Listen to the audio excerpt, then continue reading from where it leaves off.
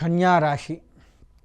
ఈ కన్యారాశి వారికి మొదట్లో కొంత బాగుంది అనిపిస్తూ ఉంది. అంటే మొదటి వారము లేదా మొదటి 10 రోజులు కాస్త అనుకూలంగా ఉంటుంది. తర్వాత మొత్తం కూడా వ్యతిరేకంగా ఉంటుంది. అనుకూలం మొత్తం కూడా వ్యతిరేకం అవుతుంది.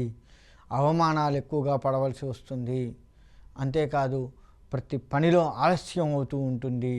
పెద్దలు ఎవరన్నా పరామర్శించడానికి వెళ్ళవలసి వస్తూ ఉంటుంది. పెద్దలు చెప్పిన మాట మనం వినకుండా ఉంటాము. ఇక ఏదైనా పట్టిందల్లా బంగారమే అవుతుంది అనుకున్నంత మంచి దశలోకి వెళ్ళినటువంటి వారు కూడాను పట్టిందల్లా ఇనుముగా మారింది అనే పరిస్థితుల్లోకి దిగజారిపోతారు.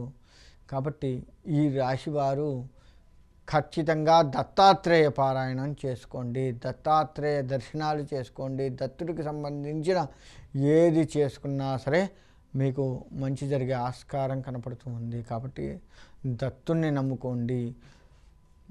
వీరికి బంధువులు కూడా విరోధులవుతారు.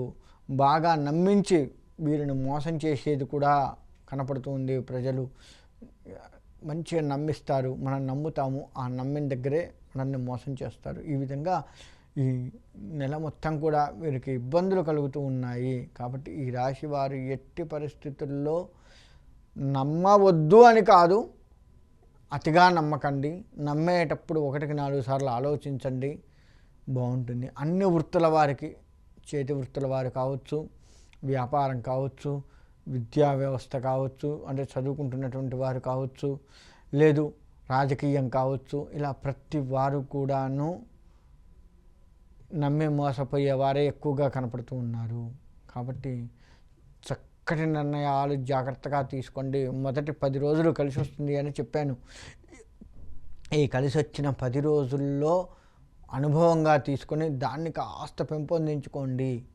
తద్వారా మీకు బాగుంటుంది. ఎందుకంటే గ్రహ సంచారం కొంత మాత్రమే అనుకూలంగా ఉంది, మిగతా కొంత అనుకూలంగా లేదు. కాబట్టి మొదటి దశ మాత్రమే వీరికి బాగుంటుంది. తర్వాత దశ మొత్తం కూడా ఈ నెల అనేక రకాల ఇబ్బందులు, అనారోగ్య పరిస్థితులు, పని ఆలస్యం కావడము, అసలు మనం లేవాలంటేనే ఒక రకంగా చెప్పాలంటే బద్ధకం మన వెంబటే ఉంటుంది.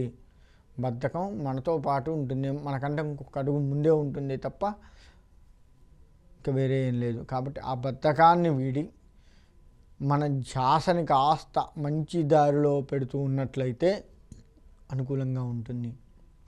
కాబట్టి ఈ రాశివారు ఎంత జాగ్రత్తగా ఉండగలిగితే అంత మంచిది.